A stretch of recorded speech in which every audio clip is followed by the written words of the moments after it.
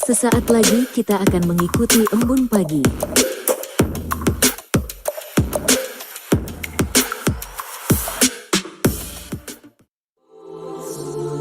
Embun pagi,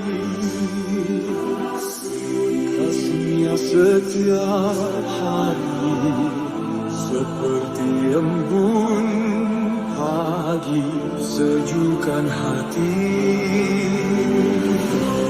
Ucapkan syukur, Tuhan Yesus baik, biar kita tahu perkataan yang baik. Tuhan sediakan kebutuhanku,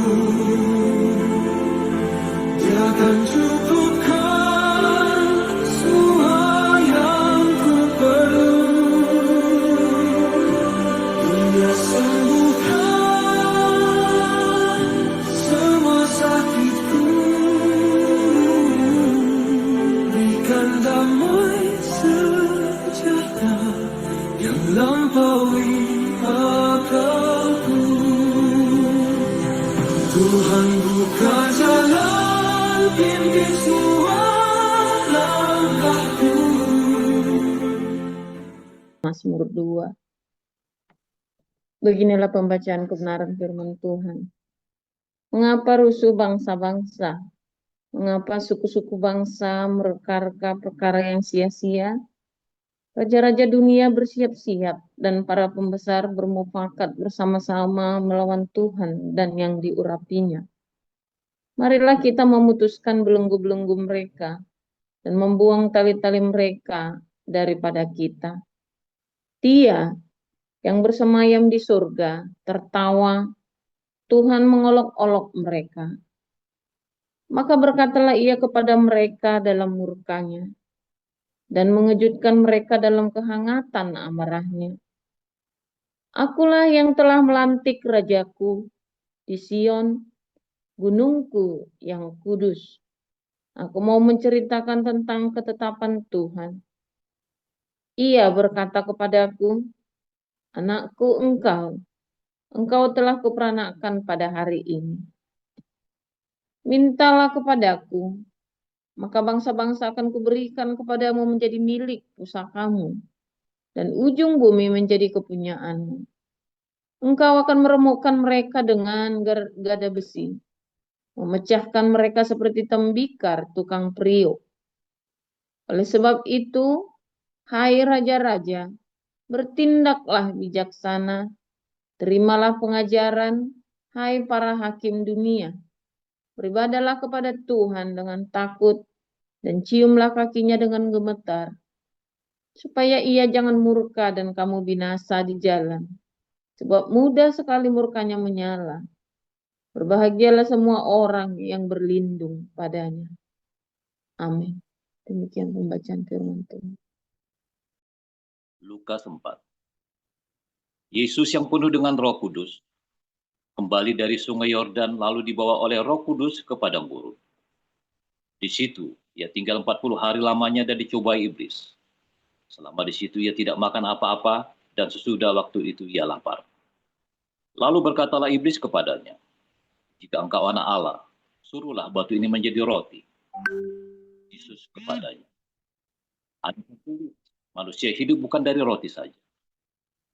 Kemudian ia membawa Yesus ke suatu tempat yang tinggi, dan dalam sekejap mata ia memperlihatkan kepadanya sebuah kerajaan dunia. Kata iblis kepadanya, segala kuasa itu serta kemuliaannya akan kuberikan kepadamu, sebab semuanya itu telah diserahkan kepadaku, dan aku memberikannya kepada siapa saja yang kukehendaki. Jadi jikalau engkau menyembah aku, seluruhnya itu akan menjadi milikmu. Tetapi Yesus menjawab kepadanya, ada tertulis, engkau harus menyembah Tuhan Allahmu, dan hanya kepada Dia sajalah engkau berbakti. Kemudian ia membawa Yesus ke Yerusalem dan menempatkan dia di hubungan bait Allah, lalu berkata kepadanya, jika engkau anak Allah, jatuhkanlah dirimu dari sini ke bawah. Sebab ada tertulis mengenai engkau, ia akan memerintahkan malaikat-malaikatnya untuk melindungi engkau. dan mereka akan menatang engkau di atas tangannya, supaya kakimu jangan terantuk kepada batu. Yesus menjawab, katanya, ada firman, jangan engkau mencabai Tuhan Allahmu. Sesudah iblis mengakhiri semua pencobaan itu, ia mundur daripadanya dan menunggu waktu yang baik. Dalam kuasa Roh kembalilah Yesus ke Galilea, dan tersiarlah kabar tentang dia di seluruh daerah itu. Sementara ia mengajar di rumah ibadat di situ, dan semua orang memuji dia. Ia datang ke Nazaret, tempat ia dibesarkan, dan menurut kebiasaannya pada hari Sabat, ia masuk ke rumah ibadat, lalu berdiri hendak membaca dari Alkitab. Kepadanya diberikan kitab Nabi Yesaya, dan setelah dibukanya, ia menemukan nas di mana ada tertulis, Roh Tuhan ada padaku, oleh sebab ia telah mengurapi aku untuk menyampaikan kabar baik kepada orang-orang miskin, dan ia telah mengutus aku untuk memberitakan pembebasan kepada orang-orang tawanan, dan penglihatan bagi orang-orang buta, untuk membebaskan orang-orang tertindas, untuk memberitakan tahun rahmat Tuhan telah datang. Kemudian ia menutup kitab itu, memberikannya kembali kepada pejabat, lalu duduk, dan mata semua orang dalam rumah ibadat itu tuju kepadanya. Lalu ia memulai mengajar mereka, katanya, pada hari ini genaplah nas ini sewaktu kamu mendengarnya. Semua orang itu membenarkan dia, dan mereka heran akan kata-kata yang indah yang diucapkannya. Lalu kata mereka, bukankah ia anak Yusuf? Maka berkatalah ia kepada mereka, tentu kamu akan mengatakan pepatah ini kepadaku, hai tabib, sembuhkanlah dirimu sendiri. Perbuatlah di sini juga, di tempat asalmu ini, segala yang kami dengar yang telah terjadi di Kapernaum. Dan katanya lagi, aku berkata kepadamu, sesungguhnya tidak ada nabi yang dihargai di tempat asalnya. Aku berkata kepadamu, dan kataku ini benar, pada zaman Elia terdapat banyak perempuan janda di Israel, ketika langit tertutup selama 3 tahun dan 6 bulan, dan ketika bahaya kelaparan yang hebat menimpa seluruh negeri. Tetapi Elia diutus bukan kepada salah seorang dari mereka, melainkan kepada seorang perempuan janda di Sarfat di tanah Sidon. Dan pada zaman Nabi Elisa, banyak orang kusta di Israel, dan tidak ada seorang pun dari mereka yang ditahirkan, selain daripada Naaman, orang Syria itu. Mendengar itu sangat marahlah semua orang yang di rumah ibadat itu. Mereka bangun, lalu menghalau Yesus keluar kota, dan membawa dia ke tebing gunung, tempat kota itu terletak, untuk melemparkan dia dari tebing itu. Tapi ia berjalan lewat dari tengah-tengah mereka, lalu pergi. Kemudian Yesus pergi ke Kapernaum, sebuah kota di Galilea, lalu mengajar di situ pada hari-hari Sabat.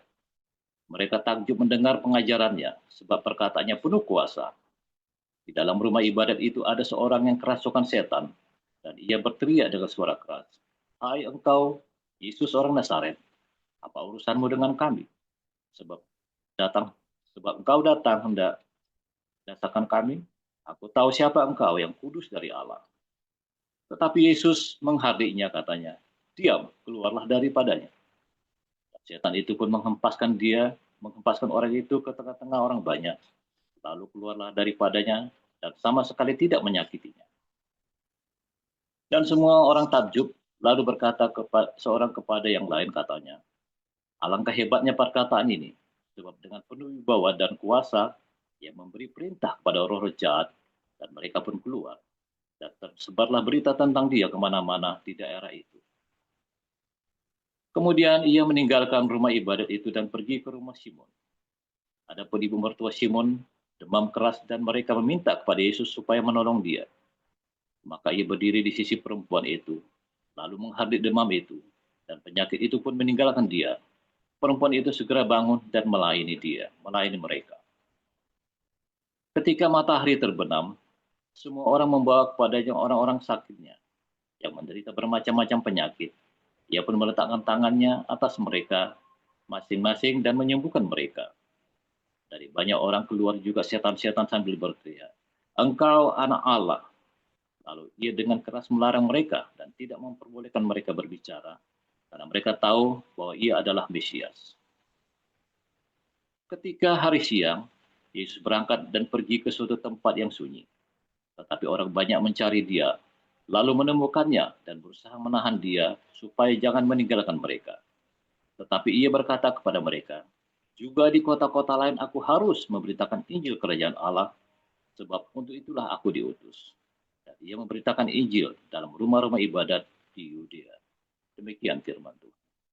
Haleluya, firman Tuhan selalu baru setiap hari ketika kita menanti-nantikan Tuhan dengan penuh cinta, dengan penuh pengharapan, hati yang tulus dan terus. Jangan lupa berbuat baik, jangan kapok berbuat baik. Sekalipun kamu dikhianati, sekalipun lagi nulung di pentung, saudara ya. Jangan pernah berharap balasan yang baik ketika kamu nolong sama orang. Ya, karena selalu ada masalah, selalu ada. Yang namanya nolong orang itu, orang lagi butuh ditolong itu serubut, ya.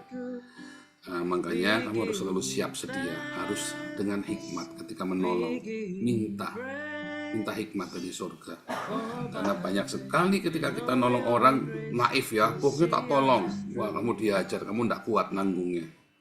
Ya, saya seringkali ya, ketika ada orang-orang yang lagi susah, saudara ya, Anda boleh percaya boleh enggak ya, orang yang lagi susah itu dan bertubi-tubi susahnya, dia itu lagi sial, saudara ya. Namanya lagi sial itu, ya sial, kamu deket sama dia ikut sial. Loh, ajaib ya, kalau gitu jangan deket-deket Pak. Nah itulah masalahnya, justru Tuhan suruh kita nolong loh, padahal kita deket-deket ikut sial. Setidaknya uang kamu ikut keluar, harta kamu atau sesuatu kamu ya ikut keluar dan kamu gak dapat apa-apa. Ya karena namanya kan sial kan. Ini kan namanya orang-orang Tionghoa itu, ada orang sial itu gak mau deket-deket tuh. Itu sekali dua kali dia tahu, kalau sekali namanya gak sial ya. Tapi kalau bolak-balik ini orang sial, dia gak mau deket-deket tuh, takut. Tetapi Tuhan ajari kita apa saudara? Suruh nolong. Mengapa banyak orang sial di sekeliling kita? Ya kan? Makanya Tuhan Yesus kan bilang orang miskin selalu ada padamu kan. Loh itu tidak main-main, itu satu potong kalimat Tuhan Yesus itu, orang miskin selalu ada padamu. Mengapa? Supaya kamu tolong dia. Itulah kesempatanmu untuk berbuat kebaikan. Sebab kalau tidak ada orang miskin di sekitarmu, adanya orang baik semua, kamu tolonglah, gunanya apa? Kata Tuhan Yesus, apa jasamu? Kamu bikin pesta yang diundang orang kaya semua, terus ngasih sumbangan banyak lah, itu apa jasamu? Tapi kalau ada orang-orang yang susah, lagi kamu bikin pesta, kamu undang tuh orang-orang susah itu, maka upahmu besar di surga. Ya kan? Bapamu yang tersembunyi itu yang akan memberikan kebaikanmu. Karena ketika kamu memberikan kebaikan kepada orang-orang miskin ini, dan mereka tidak sanggup membalasmu, yang ada tambah bikin kamu sial. Iya. Tapi kalau Bapamu yang di surga itu yang akan memberikan kebaikan bagimu, saudara ya. Ajaib ya. Itulah banyak paradoks ya di dalam firman Tuhan. Banyak sekali paradoks di dalam firman Tuhan. Ya, dan seringkali kita lupa dengan paradoks-paradoks itu. Ya kan? Kenapa? Kalau nolong orang ya orang itu harus tahu diri. Ya, tadi baru ngomong-ngomong ya. Baru ngomong-ngomong di jalan. Jemaat kita ini kan, maaf kata 80% ini orang bermasalah. Ya kan, kebetulan tadi yang datang banyak ya, sekitar berapa tadi si Marcel, Peter itu 53 orang ya. 53 orang yang datang tadi, jemaat kita di Den Haag ya. Cuma dikit ya, iya kalau buat di Belanda itu udah banyak sebenarnya 53, kita tuh berdarah-darah penginjilannya kan. Kita bukan ngambilin dari jemaat gereja lain, bukan ngambil dari jalan. Itu orang-orang kriminal, orang-orang homeless dari jalan kita pungutin satu-satu, kita injilin satu-satu, ya kita baptis satu persatu. Ya namanya orang kriminal ya. Udah datang pun ya sisa-sisa sifat kriminal itu, dia datang kan apa, mau dengar firman Tuhan? Enggak. Dia datang mau apa? Mau makan. Ya kan? Ya selalu ada masalah, selalu ada masalah. Dan masalahnya apa saudara? Masalahnya gereja kan gak siap. Gereja itu maunya nolong, tapi jangan jadi beban. Maunya nolong, tapi nggak mau punya masalah. Padahal yang kita tolong itu orang-orang bermasalah. Orang-orang bermasalah, ya saya ikut bermasalah juga gara-gara mereka. Ya kan, gara-gara orang bermasalah ini saya jadi banyak masalah. Cuma kan bukan masalahnya saya. Saya dulu pernah cerita sama kalian ya, daripada saya punya masalah, mendingan saya punya masalah mikirin masalahnya orang. Wah, itulah tanah perjanjian tuh, saudara. Itulah tanah perjanjian. Kamu tidak mikir masalahmu sendiri lagi. Kamu mikirin sesuatu untuk bagaimana aku bisa menjadi solusi bagi masalahnya orang. Kalau kamu di padang gurun, kamu mikirin badanmu sendiri aja lagi remuk. Bagaimana ngurusi orang lain? Ya kan? Tetapi ketika kamu masuk tanah perjanjian, kamu belajar berbagi hidup dengan orang-orang ini. Makanya kamu harus masuk ke padang gurun. Kamu dipersiapkan bagaimana kamu punya pengalaman hidup. Saya bisa cerita ya kemarin saya bilang mohon maaf saudara, ketika saya cerita padang gurun banyak yang tersinggung. Sungguh saudara, saya cerita padang gurun, saya yakin banyak yang tersinggung. Dikira saya bongkar-bongkar rahasia kamu di sini. Padahal enggak. Sungguh bukan maksud aku membongkar dosa kalian. Makanya saya nggak sebut nama kan. Tapi semua kejadian itu ya polanya selalu sama. Nih Pak Utomo melewati padang gurun. Yang saya cerita itu terjadi sama Pak Utomo. Nih ya Pak Polisiaan. Ya kan semuanya sama dengan Pak yang saya cerita. Saya ngomong tentang padang gurun. Apa yang saya ngomong ini Bu Eprata juga mengalami. Ya kan semua kalian di sini mengalami. Ya kan sama. Saya nggak tahu masalah kalian apa. Tapi pokoknya itu pasti kalian ngalamin. Setidaknya mirip-mirip lah, ya kan? Nangisnya, apanya, problemnya, ya busuk-busuknya, sama. Kira-kira begitu, saya juga begitu. Ya bedanya sebagian dari Anda nggak jujur, ya kan? Sebagian dari Anda tidak jujur. Ya dan itu sama, saya pun dulu tidak jujur. Tapi kemudian saya tahu saya buru-buru jujur, karena kalau saya tidak jujur, saya tidak akan mendapat jalan keluar, karena saya kan nggak mau, saya tidak tahu saya ini ada di padang gurun apa masih di Mesir. Jangan-jangan kita masih di Mesir. Tapi ketika kamu menang ya di padang gurun, ya saya selalu kasih PR 40 hari tanpa mengeluh. Ayo saudara, 40 hari tanpa mengeluh, bahkan extend kalau sudah berhasil 4 tahun tanpa mengeluh. Coba lihat hidupmu berubah. Coba lihat aja. Perpanjang lagi 12 tahun tanpa mengeluh. Perpanjang lagi 40 tahun tanpa mengeluh. Waduh, hidupmu itu seperti surga. Coba jangan tidak percaya. Saya masih bolong-bolong. Ya kan, kenapa? Karena begitu hidup enak, ya. Orang itu apa? Lupa diri kan. Begitu hidup enak orang selalu lupa diri. Saya termasuk orangnya. Ngaku saja. Karena saya juga ngaku supaya saya lupa. Nah, di padang gurun itu, ya, kamu harus bertekad menang. Jangan nyerah. Karena kamu membutuhkan segala macam kerendah hatian yang bisa kamu dapatkan, yang bisa kamu bikin, saudara. Di padang gurun itu, ya, kamu butuh kerendah hatian yang luar biasa. Sebab ketika kamu mau eyel-eyelan di padang gurun, mau sombong-sombongan di padang gurun, maka yang kamu dapat cuma hati yang pahit, getir, cuma kekecewaan. Kalau kamu mau mempertahankan egomu di padang gurun, yang kamu dapat cuma kepahitan. Dari satu gagal ke kegagalan yang lain. Karena di padang gurun itu sebenarnya untuk meremukkan karaktermu, saudara, sampai ludes, sampai kamu tuh bangkrut, karaktermu tuh habis semua. Ya, mengapa harus ditemukan? Karena untuk menerima berkat-berkat ya di tanah perjanjian itu kamu benar-benar harus hidup di dalam kerendahan hatian, saudara. Tanah perjanjian itu hanya bagi orang-orang yang bisa bertanggung jawab dengan segala berkat yang dari surga.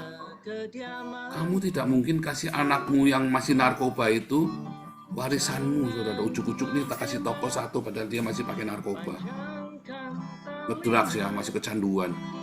Tak jamin habis itu tokonya dikasih satu. Jangan ngomong enggak, wah saya sudah nonton banyak orang begitu. Jangan ngomong saya lagi nyinggung kamu lagi, enggak, saudara. Jangan ngomong saya kena, enggak, pokoknya saya jamin. Ini anak masih kena narkoba, terus kamu kasih satu perusahaan sama dia habis. Jangankan kasih satu perusahaan, kamu bawain dia motornya aja digade, saudara, hilang. Jangankan motor, kamu tinggalin dia di rumah, ada TV-nya digade, dijual itu buat beli obat.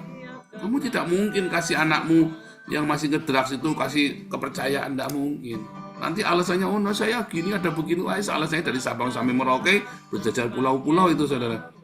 Itu saya sering bilang, satu septic tank kalau perlu tak imporkan nanti dari Mongolia. Iya kan? Kenapa? Ya karena memang dia nggak bisa bertanggung jawab, karakternya nggak baik. Kalau anak ini karakternya tidak bagus, lalu orang tua ngasih dia sesuatu yang berharga, wah ini orang tua tolol.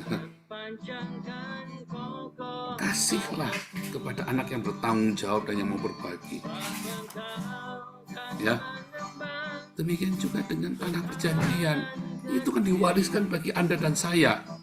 Kita semua ketika kita percaya kepada Yesus Kristus sebagai Tuhan dan Juru Selamat, kita punya hak untuk masuk ke tanah perjanjian, hidup dalam kelimpahan. Yohanes 10 ya. Aku gembala yang baik, ya kan? Gembala yang baik akan memberikan kehidupan, ya, dan hidup dalam kelimpahan. Lah, kamu kenapa masih bolak-balik buka tutup lubang cangkul-cangkul yang dalam? Kenapa kamu masih hidup di dalam gubuk derita, pondok mertua indah? Kenapa kamu masih mau beli beras saja kudu ngutang sama tetangga? Kenapa kamu masih jejeritan begitu? Ya, karena kamu belum hidup di dalam kelimpahan. Saya tidak berkaya kamu kaya raya, ya, aku kaya raya itu urapan khusus, ya. Tapi kamu kan hidup dalam kelimpahan, more than enough. Ya, kelimpahan itu artinya more than enough. Kamu tidak perlu mikir besok mau makan apa, bahkan kamu bisa berbagi. Kelimpahan itu saat kamu bisa berbagi rezeki yang kamu punya sesedikit apapun. Itu namanya kelimpahan. Dan ketika kamu belajar bertanggung jawab dengan itu, setia dalam perkara yang sedikit, Tuhan percayakan yang lebih besar. Makanya kamu pengen diberkati, saudara, ya, bukan kasih ke gereja, kamu bersedekah. Karena sedekahmu itu yang akan menyucikan seluruh hidupmu. Makanya di padang gurun itu tempatnya kamu diproses supaya kamu bisa masuk ke tanah perjanjian layak. Orang Israel dibawa dari Mesir, terima Torah di Sinai. Yuk kita kirim 12 pengintai. Yang 2 punya rema, saudara, Yosua sama Kaleb. El Shaddai, Dia maha besar, Jehovah Sebaot. Kita serbu, Allah kita akan sanggup mengalahkan musuh-musuh kita. Yang 10 tahu teori tapi tidak rema. Wah, mesti punya hikmat bro, bikin, tapi tidak punya iman bahwa Tuhan akan sanggupkan dia. Dia hanya bermimpi, tetapi ya mimpinya cuma tinggal mimpi doang. Aku punya mimpi ke tanah perjanjian yang penuh dengan susu dan madu. Cuman takut. Ya, nanti dengar saya khotbah pakai bahasa Inggris ya tentang Yakub ya tadi sore ya, tentang Yakub sama Esau. Yakub yang punya mimpi dan diberkati Tuhan dengan mimpinya itu, dan dia sempat takut. Kenapa dia takut? Dia takut yang ngerampok dari nyuri dari kakaknya. Cuma karena dia punya berkat Tuhan, maka dia bergumul dengan hidupnya sendiri untuk mengambil haknya dia, karena tanah perjanjian itu punyanya dia. Tanah perjanjian itu punyanya Yakub. Kenapa? Dia nyuri, Pak. Dia nyuri karena kakaknya goblok, tidak menghargai. Ya diambillah sama orang. Kalau kamu tidak menghargai tanah perjanjianmu, ya diambil sama orang. Tuhan kasih ke orang yang lain yang lebih menghargai. Kamu di padang gurun, masuk padang gurun supaya kamu tahu berharganya tanah perjanjian. Saya sering bilang sama orang Belanda di sini ya, kamu tahu nggak, Belanda ini seperti surga. Oh ya? Yang orang Belanda ini kan suka mengeluh ya. Orang Belanda itu suka mengeluh ya. Kurang ini, kurang itu, komplain ini, komplain itu. Waduh, makanya ada kata Velklagen ya, banyakan komplain loh. Orang Belanda itu dikit apa komplain, dikit-dikit komplain, apa komplain ya. Terus saya ketemu beberapa orang, kalau saya cerita, kamu tahu, oh ya, saya cerita, kamu pernah tinggal di Indonesia. Seperti apa?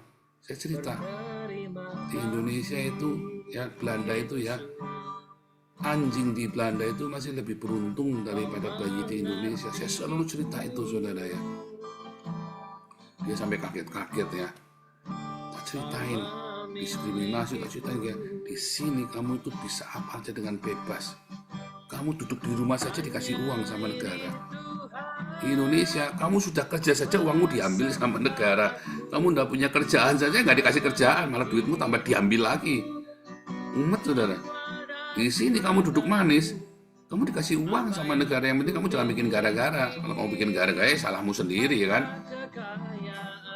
Ya. Nah, gereja juga nggak siap. Gereja tuh maunya itu orang itu baik-baik tak bantu, tapi kamu jangan ngerusuhi, ya kan? Karena gereja juga banyak mengeluh juga, gerejanya saja banyak komplain. Waduh, ini jemaatnya nggak mau yang begini, jemaatnya nggak mau yang begitu, maunya pilih sendiri, ada pecah gerejanya, saudara ya. Aduh, banyak pokoknya tunggalik gereja-gereja di Belanda begitu. Dia pilih-pilih orang yang maunya begini, maunya begitu, ada bubar, gerejanya pecah. Kalau kita, ya Tuhan percayakan orang seperti apa, ya begitu. Kamu akan masuk ya, kalau kamu tidak akan pernah bisa menghargai tanah perjanjian itu kalau kamu tidak melewati padang gurun. Percaya saya, saudara.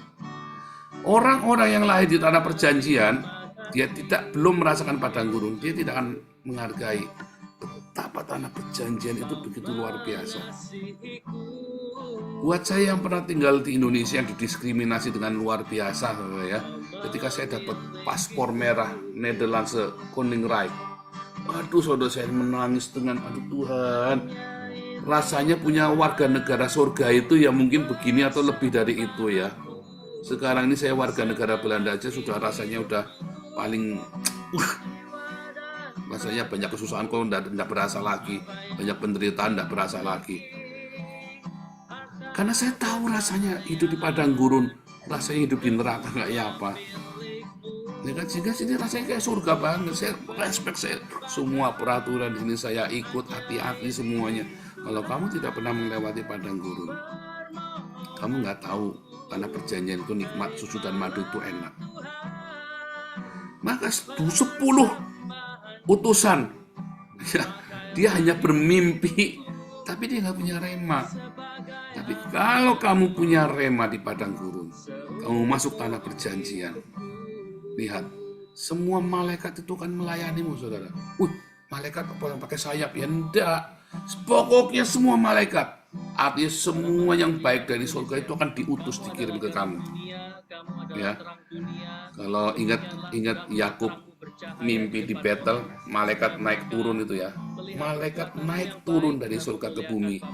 Itu artinya mereka siap untuk melayanimu. Siap untuk memberi berkatnya. Dia malaikat dari surga ya, datang berkat, pergi naik turun. Dia sibuk, siap untuk melayanimu. Ketika Yesus keluar dari padang gurun, masuk ke tanah destiny yang dia berikan. Nanti kita cerita tentang tanah perjanjian ya. Kamu jangan berpikir tanah perjanjian itu adalah terus masuk surga begitu. Di tanah perjanjian kamu tetap harus kerja, tapi kamu bekerja dengan pelayanan para malaikat. Ya kan? Malaikat itu apa? Malaikat itu bukan makhluk bersayap. Yang makhluk bersayap itu burung, saudara ya. Jangan kamu bilang malaikat itu makhluk bersayap. Malaikat itulah apapun yang Tuhan utus kepadamu. Bahkan keledai pun bisa jadi malaikat, bahkan batu pun bisa jadi malaikat. Hujan pun bisa jadi malaikat, badai pun adalah malaikat.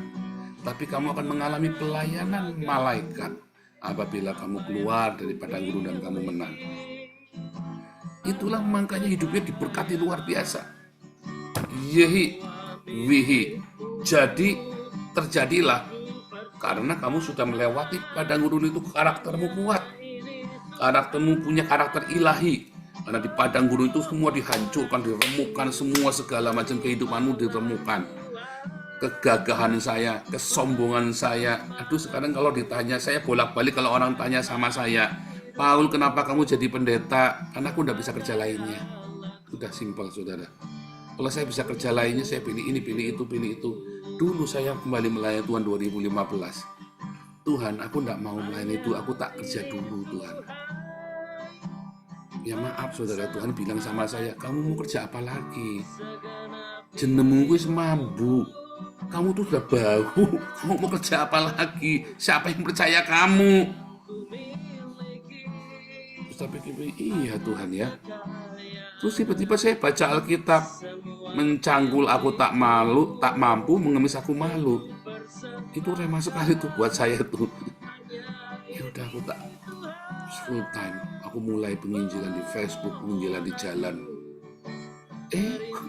Orang bisa tersungkur ya.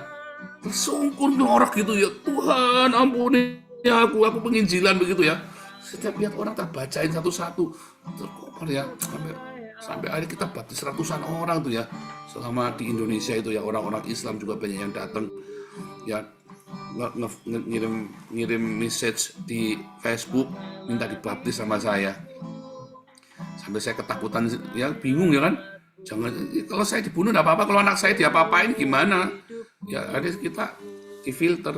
Ya dulu pernah saya cerita, difilter mau masuk rumah saya, baru boleh masuk rumah saya kalau tak ajak makan babi mau, saudara ya. Ada babi macam-macam, babi cabai garang, babi kecap manis, babi ngepet, segala macam, pokoknya tak ajak makan babi dulu. Kamu kalau enggak mau makan babi, pokoknya enggak boleh masuk rumah saya. Harus syaratnya. Ya, jadi kalau kalian enggak makan babi, enggak boleh masuk rumah saya di Belanda, saudara. Kamu kudu makan babi dulu. Kudu makan babi pokoknya ya. Hati-hati kamu enggak makan babi, hati-hati saudara. Enggak boleh masuk rumah saya pokoknya. Nanti kalau kamu mata-mata gimana, saya repot. Ya, tapi Tuhan pakai. Kenapa? Karena mengemis aku malu, mencangkul aku tak mampu. Bisa cuma melayani Tuhan. Makanya aku tekun kemarin ada godaan ya, buka kafe ya. Saya curhat, saya cerita sama dokter Ido sama pengurus ya. Kita mau bikin kafe supaya kita bisa self supply begini. Stop. Wah, saya mau jadi supir taksi barang. Kamu kan dulu janji sama Tuhan, lepaskan semua. Dulu kamu tidak kerja apa-apa, Tuhan berkati kamu pelayanan sampai sejauh ini. Sekarang kamu punya ini, punya itu, kamu tinggal minta tolong teman-teman modalin kamu. Sekarang kamu bukan kafe, kurang ajar dalam saya ngomong sendiri, kurang ajar si Paul ini. Dulu kamu kere, cuman bisa katanya kamu ngomong-ngomong, mencangkul aku tak mampu, mengemis aku malu. Sekarang mentang-mentang udah begini, terus kamu mau pilih biayapan sana sini. Aduh Tuhan, aku ini kurang ajar sekali ya. Kamu bayangin kalau kamu punya karyawan begitu. Kamu ini orang, kamu pungut dari tempat sampah, terus kamu ajarin, kamu sekolahin, kamu didik segala macam. Dia setia sama kamu karena ya dia dari tempat sampah. Begitu dia sudah kuat, begitu dia sudah punya kemampuan, Pak Utomo, aku tak permisi ya, aku punya pilihan lain. Ada orang nawari aku jadi manajer. Pak Utomo garuk-garuk kepala, saudara ya. Sebentar. Jenggotku bisa pindah ke kepala ini. Pak Utomo bilang begitu kan. Kurang ajar kan, saudara, bayangin. Diharap-harap bisa bantuin, ya kan. Tak rawat, tak sekolahin, tak didik.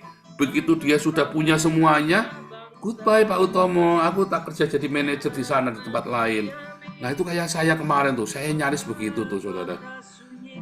Aduh, saudara, Tuhan ampuni saya ya. Untung Pak DJ datang. Pak DJ datang, Pak Paul. Ini kalau saya tidak salah dengar, Tuhan ngomong Pak Paul tidak boleh lo kerja sekuler. Terus saya diem, saya nangis di hati ya.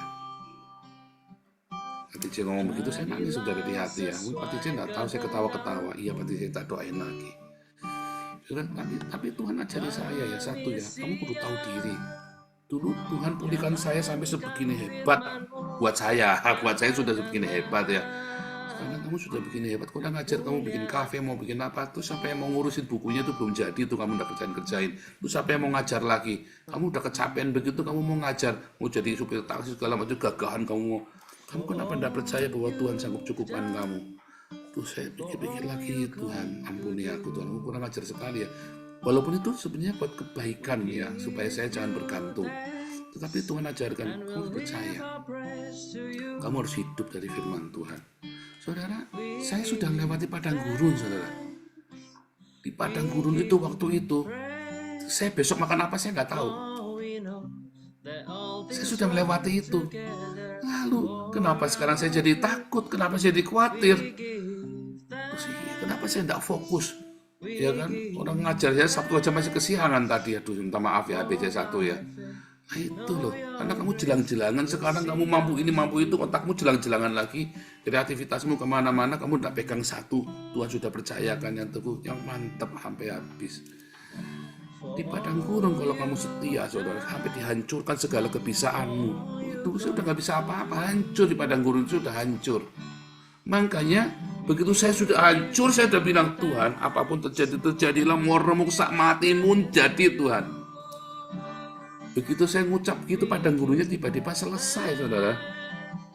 Begitu saya ngucap begitu, tuh padang gurun tiba-tiba, loh, di depanku sudah tanda perjanjian.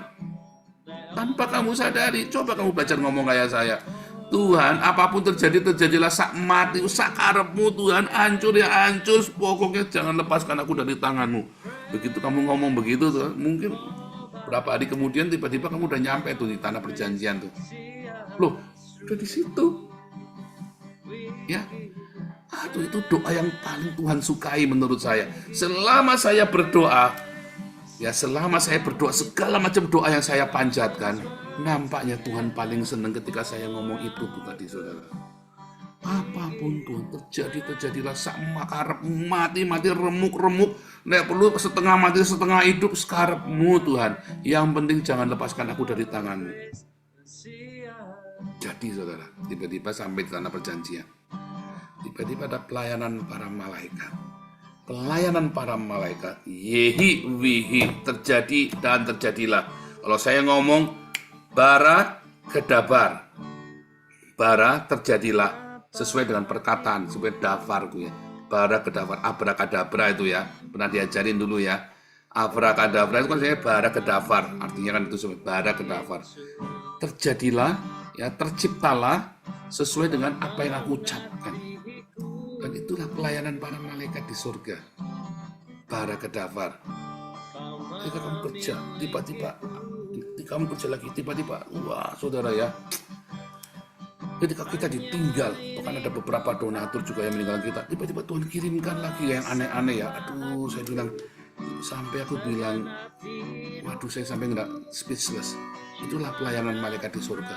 Jangan berharap sama manusia, berharap sama Tuhan, karena yang melayanimu Pak Utomo, yang melayanimu Gregorius, Pak Apul, ya Pak Ius Hatu, Bu Rasini, Bu Prata, ya, yang melayanimu Pak Mulia adalah para malaikat di surga.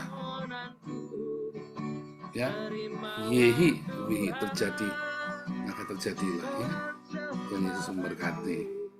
Nikmatilah pelayanan malaikat di surga. Ini